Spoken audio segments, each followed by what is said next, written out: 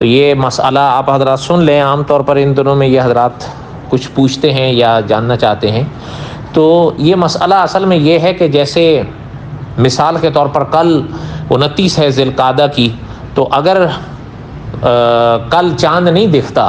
تو جمعے کو ذی القعدہ کی 30 ہو جائے گی، اور اگر دکھ جاتا ہے تو جمعے کو ذی الحج کی پہلی ہو جائے گی۔ یہ جو ناخن کاٹنے کٹوانے کا مسئلہ ہے نا، یہ حدیث شریف کی روشنی میں علماء نے یوں لکھا ہے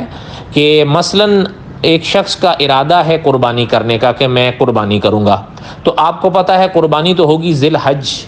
کے 10 یعنی قربانی والے دن۔